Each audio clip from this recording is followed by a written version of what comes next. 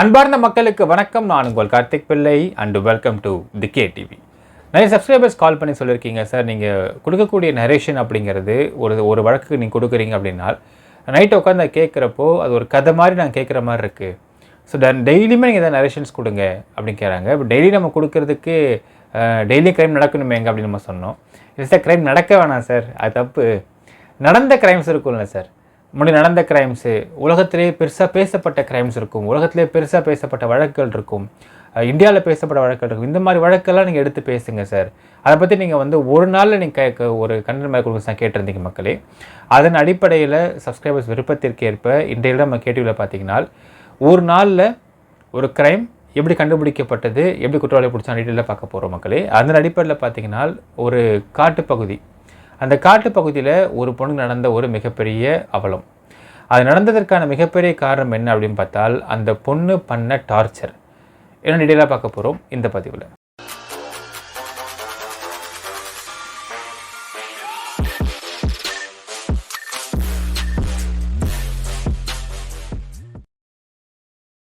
October 19, 2024 காலையில் ஒரு 10:45 மணிக்கு 100 காலில் ஒரு கால் வருது மக்களே. என்ன சொல்கிறாங்கன்னா, சார் இங்கே ஒரு பொண்ணு கத்திக்கிட்டே எரிஞ்சிக்கிட்டு இங்கே விழுந்திருக்கா. நாங்கள் ஒரு கொஞ்சம் பேர் இங்கே இருந்தோம், நாங்களாம் சேர்ந்து அந்த பொண்ணோட தீயை மட்டும் அணைச்சிருக்கோம், நீங்கள் வர முடியுமா சார்னு கேட்குறாங்க. போலீஸ்க்கு இன்ஃபர்மேஷன் பாஸ் ஆன் பண்ணப்படுது. இமீடியட்டாக பார்த்தீங்கன்னா அங்கே பட்வேல் ஏரியாவில் இருக்கக்கூடிய சர்க்கிள் இன்ஸ்பெக்டரான நாகபூஷணமும் ப்ளஸ் அர்பன் எஸ்ஐயான ஸ்ரீகாந்தும் ஸ்பாட்டுக்கு போகிறாங்க. 100 கால் ஸ்பாட்டுக்கு உடனே போகிறாங்க. போய் பார்த்தா அங்கே ஒரு பொண்ணு உயிரோடு இருக்கிறாங்க. ஆனால் ரொம்ப 80% பேர்ன் இருக்குன்னு தெரியுது. 80% பேர்ன் அப்படிங்கிறத அவங்க ஜஸ்ட் அப்சர்வேஷன் தான் பண்ணுறாங்க. அதுக்கு பிறகு டாக்டர்ஸ் சொல்லக்கூடிய விஷயம், ஆமாம் 80% பேர்ன் இருக்குன்னு சொல்கிறாங்க. ஸோ அந்த பொண்ணுகிட்ட பேசுகிறாங்க. அந்த பொண்ணுடைய பேர் என்ன அப்படின்னு பார்த்தால் அந்த பொண்ணுடைய பெயர் தஸ்தகிரம்மா. தஸ்தகிரி அம்மான்ற பேர் சொல்கிறாங்க. உடனடியாக அந்த பொண்ணை கூட்டுக்கிட்டு ஆம்புலன்ஸை வர வச்சு அந்த பொண்ணை எடுத்துக்கிட்டு ஹாஸ்பிட்டலுக்கு போகிறாங்க. ஃபஸ்ட்டு கொண்டு போகப்பட்டது கடப்பாவுடைய கவர்மெண்ட் ஹாஸ்பிட்டல் கொண்டு போகிறாங்க. அங்கே கொண்டு போய் அட்மிட் பண்ணுறாங்க. அட்மிட் பண்ணவுடனே அந்த இடத்துல அந்த டாக்டர் சொல்கிறாங்க, 80% பேர்ன் ஆகிடுச்சு சார், இதுக்கு மேலே பொண்ணு பிழைக்கிறது கஷ்டம், அதனால் நீங்கள் வாக்குமூலம் வாங்கிடுங்க பெஸ்ட்டு அப்படிங்கிறாங்க. ஸோ உடனடியாக அந்த ஏரியா மேஜிஸ்ட்ரேட்டுக்கு இன்ஃபார்ம் பண்ணப்படுகிறது.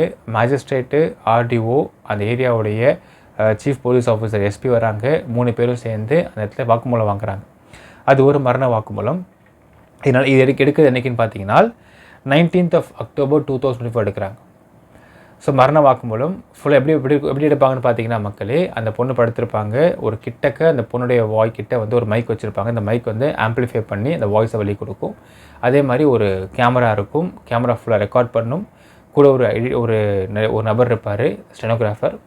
அவர் சொல்கிறத டைப் பண்ணுவார். எல்லாத்துக்கும் மேலே கூட மேஜிஸ்ட்ரேட் இருப்பாங்க. மேஜிஸ்ட்ரேட் கேள்வி கேட்பாங்க. ஸோ அந்த பொண்ணு சொல்ல ஆரம்பிக்கிறாங்க. அந்த பொண்ணுடைய பேர் தஸ்தகிரி அம்மா, வயது 16. அந்த பொண்ணு 11th படிச்சுட்டு இருந்திருக்கிறாங்க. அன்னைக்கு என்ன நடந்துச்சு அப்படின்னு பார்த்தீங்கன்னா, அந்த பொண்ணுக்கு 28 வயசான விக்னேஷ் அப்படிங்கிற நபர் கால் பண்ணுறார். இவர் யார் அப்படி கேட்குறப்போ, சின்ன வயசுலேருந்து பக்கத்து வீட்டுக்காரங்க, ரொம்ப க்ளோஸ் ஃப்ரெண்டு, அந்த ஃப்ரெண்டாக இருந்து லவ்வராக மாறி இருக்கார். அவருக்கு வயது 28. ரீசெண்டாக அவருக்கு மேரேஜ் ஆகிருக்கு. மேரேஜ் ஆனதுக்கு பிறகும் இந்த பொண்ணை டார்ச்சர் பண்ணியிருந்திருக்கார். ஸோ கால் பண்ணி இங்கே வாங்க கூப்பிட்டு இருந்திருக்காரு. திருமணமாகி கிட்டத்தட்ட ஒரு 6-7 மாதம் ஆகிடுச்சு. அவங்க மனைவி ப்ரெக்னெண்ட்டாக இருக்கிறாங்க. இந்த சமயத்தில் இன்றைக்கு 19 அக்டோபர்னு சொல்கிறாங்க. இன்றைக்கு காலையில் எனக்கு ஃபோன் பண்ணார். எங்கே போகிறேன்னாரு. ஸ்கூலுக்கு போயிட்டுருக்கேன். அதாவது அந்த ஊரில் காலேஜ்னு சொல்கிறாங்க, கடப்பால் காலேஜ் இன்டர் காலேஜ் போயிட்டுருக்கேன்றாங்க. உடனே கிளம்பி நீ வா, நான் பார்க்குறோன்னு சொல்கிறாரு. ஸோ மார்னிங் ஒரு 10 மணிக்கு கிளம்பி இவங்க காலேஜ் கட் பண்ணிவிட்டு இவங்க கிளம்பி வராங்க. கிளம்பி வந்தப்போ பட்வேல் அப்படின்னு சொல்லக்கூடிய ஒரு இடத்துக்கு கூட்டு வராரு. அது கிட்டத்தட்ட ஒரு காடு மாதிரியே பகுதி. அந்த காடு மாதிரி பகுதி, அதை தாண்டி நீங்கள் அந்த காட்டு பகுதிக்குள்ளே வந்துட்டிங்கன்னா செஞ்சுரி ஃப்ளைவுட்னு சொல்லக்கூடிய ஒரு கம்பெனியுடைய ப்ரொடக்ஷன் யூனிட் இருக்குது. அதை தாண்டி வயல் இருக்குது. அந்த வயலில் பெண்கள் வேலை பார்த்துட்ருக்காங்க. முதல்ல 100 கால் பண்ணதும் பார்த்தீங்கன்னா அந்த ஃபேக்ட்ரியிலேருந்து இருக்கக்கூடிய ஃபேக்ட்ரிக்காக வந்துக்கிட்டு இருந்த ஒரு லாரி. ஸோ லாரி டிரைவர் தான் முதல்ல அந்த பொண்ணு எரிஞ்சிக்கிட்டே கத்திக்கிட்டே வரதை பார்த்துருக்காங்க. உடனே லாரியை ஸ்டாப் பண்ணிவிட்டு தான் அந்த பொண்ணை பிளாங்கெட்டை போட்டு எடுத்து தட்டி அந்த தீ அணைக்கிறார். அதற்கு பிறகு அங்கே வயலில் வேலை பார்த்துட்டு இருக்க பெண்கள்லாம் ஓடி வந்தாங்க. ஓடி பார்த்ததுக்கப்புறம் 100 கால் பண்ணுறாங்க. ஸோ அந்த இடத்துக்கு வர சொன்னார். அப்படின்னா ஃபஸ்ட்டு இந்த பொண்ணு ஆட்டோவில் வந்திருக்கிறாங்க.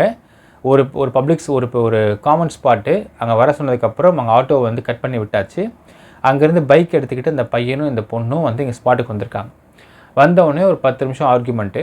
என்னென்னா, இந்த பொண்ணை திருமணம் பண்ணிக்கிறதா அவன் சொன்னான் அப்படின்னும், அதுக்கு இந்த பொண்ணு வந்து இல்லை நான் எப்படி அலோவ் பண்ண முடியும் அப்ஜெக்ட் பண்ணாங்க அப்படின்னும், இது வந்து வாக்குவாதம் போச்சு அப்படின்னும், அதற்கு பிறகு இந்த பொண்ணுடைய மேலே ஒரு பெட்ரோல் பாக்கெட்டில் வச்சுருந்த ஒரு பெட்ரோல் முடிச்சு எடுத்து போட்டான் அப்படின்னும், போட்டு பற்ற வச்சிட்டான் அப்படின்னும் வந்து ஒரு புகார்.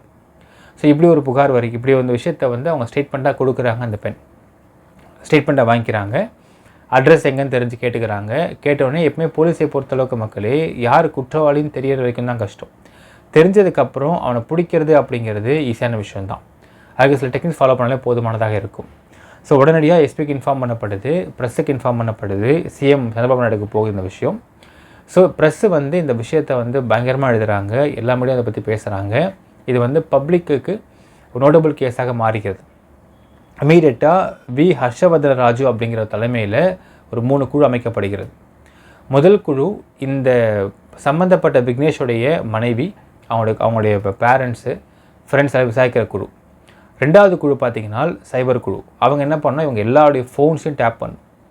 சரினால் இங்கேருந்து தப்பிச்சு போனவன் கண்டிப்பாக ஏதாவது ஒரு ரூபத்தில் ஏதாவது ஒரு நம்பர்லேருந்து ஃபோன் பண்ணுவான் அப்படிங்கிறது தான் இங்கே முக்கியமான லீடு. ஸோ 3வது அங்கே தப்பிச்சு போனால அவன் எங்கே போனான் அப்படிங்கிறத சிசிடிவி வச்சு ஃபாலோ பண்ணிட்டே இருக்கிறது 3rd குழு. ஸோ 3 பேர் வேலையை ஸ்டார்ட் பண்ணுறாங்க. ஸ்டார்ட் பண்ண உடனே ஃபஸ்ட்டு அவங்க மனைவிக்கு எல்லாரையும் என்கொயரி பண்ணுறாங்க. பண்ணி கூட்டிகிட்டு வந்து அவங்க நம்பர்ஸ்லாம் டேப் பண்ணுறாங்க. எல்லா நம்பர்ஸ் எடுத்துக்கிட்டு நம்பர்ஸ் அப்புறம் டேப் பண்ண ஆரம்பிக்கிறாங்க. பட் நம்பர்ஸ் டேப் பண்ணப்படுது அப்படிங்கிறது அவங்க குடும்பத்துக்கு தெரியாமல் பார்த்துப்பாங்க. கூப்பிடுவாங்க, விசாரிப்பாங்க, எங்கே போனாலும் தெரியுமான்னு கேட்பாங்க. தெரிலங்க, நம்பர் சுவிட்ச் ஆஃபில் இருக்குன்னு சொன்னாங்க. சொன்னதுக்கு பிறகு சரி போங்க அனுப்பிச்சி விட்டுறான். ஏன்னால் அப்பொழுது தான் இது சகஜமான விஷயமாக இருக்கப்படும். ஸோ நம்பர்ஸ்லாம் டேப் பண்ணப்படும் சைபர் டிபார்ட்மெண்ட்டில். ஸோ நம்பர்ஸ் டேப் பண்ண ஆரம்பிக்கிறாங்க. டேப் பண்ணும்பொழுது ஒரு அன்னோன் நம்பர்லேருந்து கால் வந்தது. கால் வரதில் இவன் தான் பேசுகிறான்ற தெரியுது. அந்த இடத்துல ஸ்பாட் ஐடென்டிஃபை பண்ணுறாங்க. பண்ணிட்டு ஒரு டீம் போய் அவங்க கேப்சர் பண்ணுறது, செக்யூர் பண்ணிடுறாங்க அந்த விக்னேஷ் அப்படிங்கிற பையனை. ஸோ விக்னேஷ் தான் இப்பொழுது ஒரு மிகப்பெரிய கொடூரமான ஒரு ஈவில்லான ஒரு மனுஷன் அப்படிங்கிற மாதிரி இப்போது மீடியாவில் தெரிய வருது. அவனை கூப்பிட்டு வராங்க, என்கொயரி ஸ்டார்ட் பண்ணுறாங்க.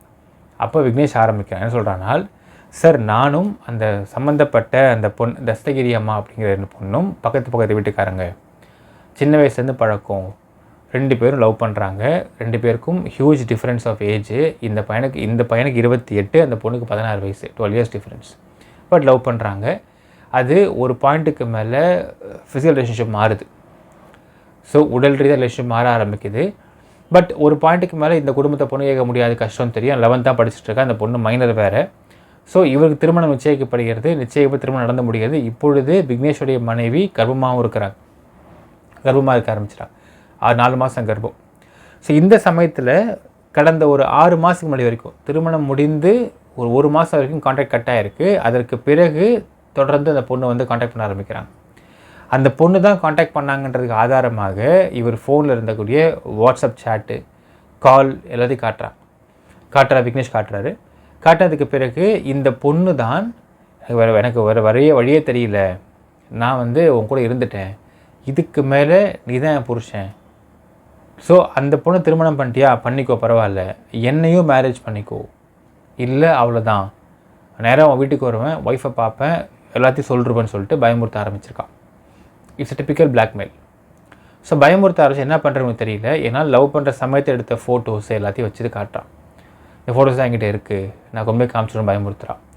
ஸோ கடந்த 6 மாதமாக விக்னேஷ் டார்ச்சர் அனுபவிச்சுட்டு இருந்திருக்கான். என்ன பண்ணுறதுன்னு தெரியல, கழட்டி விட முடியல, இக்னோர் பண்ணால் உடனே பயமுறுத்தல் ஸ்டார்ட் ஆகுது, பிளாக்மெயிலிங் ஸ்டார்ட் ஆகுது. ஸோ இப்படியே போனவுடனே வேறு வழியே இல்லை, ஏதாவது பண்ணியே தீர்னு முடிவு பண்ணுறான். அன்றைய தேதி 19th அக்டோபர் அன்றைக்கி அந்த பொண்ணை வந்து வர சொல்கிறான். சரி வா, இப்போ என்ன, அந்த பொண்ணு தான் கூப்பிட்றான். எனக்கு தெரியாது, நான் பார்த்தே ஆகணும், நீ தாலி கட்ட முடியாதுன்னு விரட்ட ஆரம்பிக்கிறா. சரி வான்னு சொல்கிறான். நேரில் கூப்பிட்டு போகிறான். கூப்பிட்டு போய் வந்து பேசுகிறாங்க. 10 நிமிஷம் வாக்குவாதம் நடந்திருக்கிறது. இதை முடியாதுன்னு சொல்லிட்டு புரிய வைக்கிறான். அந்த பொண்ணு புரியாததுனால அந்த பொண்ணை பற்ற வச்சு விட்டுறான். ஸோ பொண்ணு எரிஞ்சவொடனே என்ன பண்ணுறது தெரியாமல் தப்பிச்சு வந்து ஓடி போயிருந்திருக்கான்.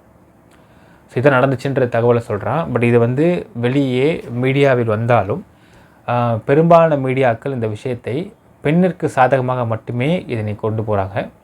20th of October 2024 அன்றைக்கி பார்த்தீங்கன்னா ஒரு மதியம் 3 மணிக்கு அந்த பெண் இறந்து விடுகிறார். ஸோ இதன் காரணமாக விக்னேஷின் மீது போக்சோ வழக்கும் கொலை வழக்கும் பதிவு பண்ணப்படுகிறது. மீடியா ஃபுல்லாக அந்த விக்னேஷை வந்து ஒரு கொடூரமான குற்றவாளியாக வந்து சித்தரிக்கிறார்கள். அது மட்டும் இல்லாமல் ஆந்திராவுடைய சிஎம் சந்திரபாபு நாயுடு என்ன சொல்கிறாருனால், இந்த இறந்து போன பெண்ணின் குடும்பத்துக்கு ஒரு நோட் போடுறாருனால், அது படித்து பிரில்லியண்ட்டாக வந்திருக்க வேண்டிய ஒரு பெண் இப்படி ஒரு கொடூர ஈவிலால் கொலை பண்ணப்பட்டது வேதனையாக இருக்குதுன்னு சொல்லிட்டு அந்த குடும்பத்துக்கு 10 லட்சம் நிவாரணம் கொடுக்குறாரு, அறிவிக்கிறாரு. அதே மாதிரி அந்த பொண்ணுடைய தம்பிக்கு வந்து படிப்பு செலவு மொத்தத்தையும் கவர்மெண்ட் இதை சொல்கிறார். ஸோ சிஎம் முதற்கொண்டு எல்லாருமே விக்னேஷை கொடூரமான குற்றவாளியாக சித்தரிக்கிறார்கள். இப்போது விக்னேஷ் ஜெயிலில் இருக்கார். அவங்களுடைய மனைவி கர்ப்பமாக இருக்கிறாங்க. இப்போ 2 மாத கர்ப்பிணியாக இருக்கிறாங்க. இதான் இந்த இந்த ஒரு கேஸுடைய முடிவாக வருகிறது மக்களே. இந்த கேஸில் நிறைய விஷயம் பார்க்க வேண்டியிருக்கு. ஃபஸ்ட் அண்ட் ஃபார்மோஸ்ட் திங், எப்பவுமே சட்டம் பெண்களுக்கு சாதகமானது அப்படின்னு சொல்லுவாங்க. அதுக்கு ஏற்றாற் போல் என்னதான் ஒரு பெண் தப்பு பண்ணாலும், குற்றம் பண்ணாலும், டார்ச்சர் பண்ணாலும், பிளாக்மெயில் பண்ணாலும், இந்த பிளாக்மெயிலோ டார்ச்சரோ இதுவோ இந்த எந்த விஷயமுமே கோர்ட் ஆஃப் லாவில் இப்போ தான் எடுபட ஆரம்பிக்குது கொஞ்சம் கொஞ்சமாக. பட் ஸ்டில் இந்த வழக்கை பொறுத்தளவுக்கு டைன் டிக்ளரேஷன் இருக்கிறது. டைன் டிக்ளரேஷன் அந்த பொண்ணு கொடுத்த ஸ்டேட்மெண்ட் வேறு மாதிரி இருக்குது. என்னதான் ஆதாரங்களும் சாட்சிகளும் வேறு மாதிரி இருந்தாலும் டைன் டிக்ளரேஷனை வைத்து லோயர் கோர்ட்டில் இந்த கேஸ் வந்து மீடியா பேசப்பட்ட கேஸ் அப்படிங்கிறதுனால மேக்ஸிமம் கன்விக்ஷன் கொடுத்துருவாங்க. ஸோ ஹைகோர்ட்டுக்கு போனால் தான் இந்த வழக்கில் வந்து கன்விக்ஷன்லேருந்து வெளியே வந்து அக்விட்டல் ஆக முடியும் விக்னேஷால். ஸோ விக்னேஷ் செய்த தப்பாக சரியா அப்படிங்கிற கேள்வியை பார்க்கும் பொழுது ஒரு உயிரை கொல்ற இல்லை ஒரு உயிரை கொல்றதுக்கும் எரிக்கிறதுக்கு யாரும் வந்து இங்கே வந்து பவர் யாருக்கும் தரல. அதன் அடிப்படையில் பார்த்தீங்கன்னா விக்னேஷ் செய்தது மிகப்பெரிய குற்றம்தான். இன்னொரு புறம் பார்த்தீங்கன்னா இறந்து போன மாணவியுடைய பெற்றோர்கள், உறவினர்கள், பொதுமக்கள், பல மீடியாக்கள், பெண்கள் அமைப்புலாம் என்ன சொல்கிறாங்கன்னா விக்னேஷ் தூக்கில் போட சொல்கிறாங்க விக்னேஷ். இது ஒரு புறம் நடந்து கொண்டு இருக்கின்றது. இப்படி இருக்கும் பட்சத்தில் விக்னேஷ் செய்தது தவறு தான். ஆனால் எல்லா குற்றங்களுக்கும் ஒரு மோட்டிவ் இருக்கும். இப்போ இதில் மோட்டிவ் யார் பண்ண தப்பு அப்படிங்கிறத யோசித்து பார்க்க வேண்டும் மக்களே. இந்த கேஸை பொறுத்தளவுக்கு அந்த பெண் சரி விக்னேஷ் திருமணம் ஆகிடுச்சு, போயிட்டான், அவ்வளோதான். போன நடுவில் வந்து பிரேக்கப் ஆகி நடுவில் இருந்து கான்டாக்ட் கட் ஆகிட்டு இவன் வேறு மேரேஜ் பண்ணிக்கிட்டு பண்ணதுக்கு பிறகு திருப்பி கான்டாக்ட் பண்ணி டார்ச்சர் பண்ண அந்த பெண்ணுக்கு தூண்டியது யார் அப்படின்ற கேள்வி இருக்குது. ஸோ இந்த காலத்தில் இந்த ஜென்செட் குழந்தைகள் சொல்லுவாங்க மக்களே, 2000 மேலே பிறந்த குழந்தைங்க, இவங்கெல்லாம் பார்த்திங்கன்னா எல்லாமே ஈஸியாக கிடச்சிடணும், அவங்களுக்கு சுலபமாக கிடச்சிடணும், உடனே கிடச்சிடணும்.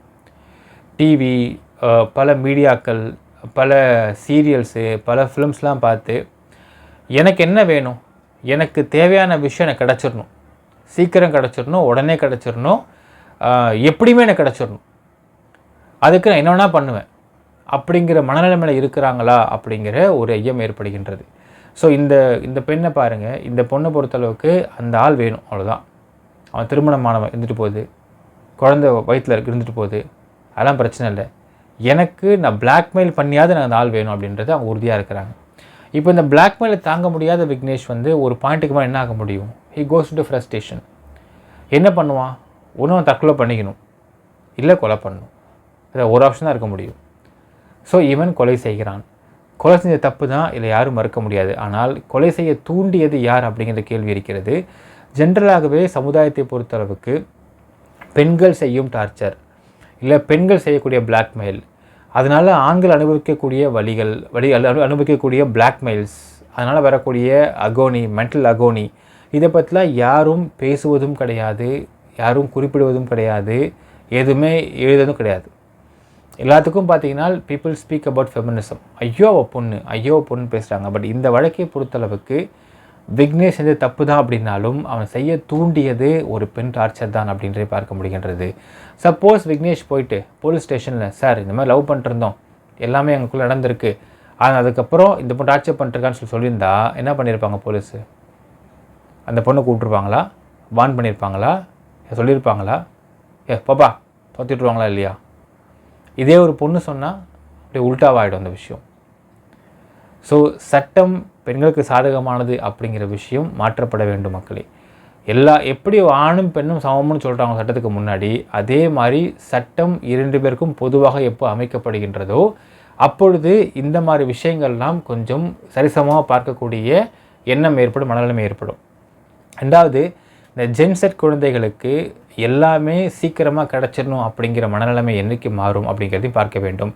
இப்போ இந்த ஜென்ரேஷன் எப்படி இருக்கிறாங்க அப்படின்னால் இன்னும் போக போக எப்படி இருக்க போகிறாங்கன்றது பயம் ஏற்படுகின்றது மக்களே. ஸோ இந்த வழக்கை பொறுத்தளவுக்கு இங்கே விக்டிம் 2 பேரும் விக்டிம்னு சொல்லலாம். பட் இந்த இடத்துல உண்மையாலுமே இந்த இறப்புக்கு பிறகு விக்டிம் யாருன்னு பார்த்தால் இந்த விக்னேஷ் தான். இந்த பெண் தஸ்தகிரி அம்மா அப்படிங்கிற பெண் பண்ண டார்ச்சர் வெளியே தெரியாமலே பார்த்துப்பாங்க. வெளியே தெரிஞ்சாலும் அதை பற்றி மக்கள் கண்டுக்கவும் மாட்டேன்றாங்க அப்படின்றத இங்கே பார்க்க வேண்டிய இருக்கிறது. உண்மையாலுமே இப்போ பிறக்கக்கூடிய விக்னேஷ்க்கு பிறக்கக்கூடிய குழந்தை அப்படிங்கிறது மிக மிக பாவமாக பார்க்க வேண்டும் மக்களே. என்ன நினைக்கிறேன்றதை கமெண்ட்டில் மென்ஷன் பண்ணுங்கள். நன்றி, வணக்கம்.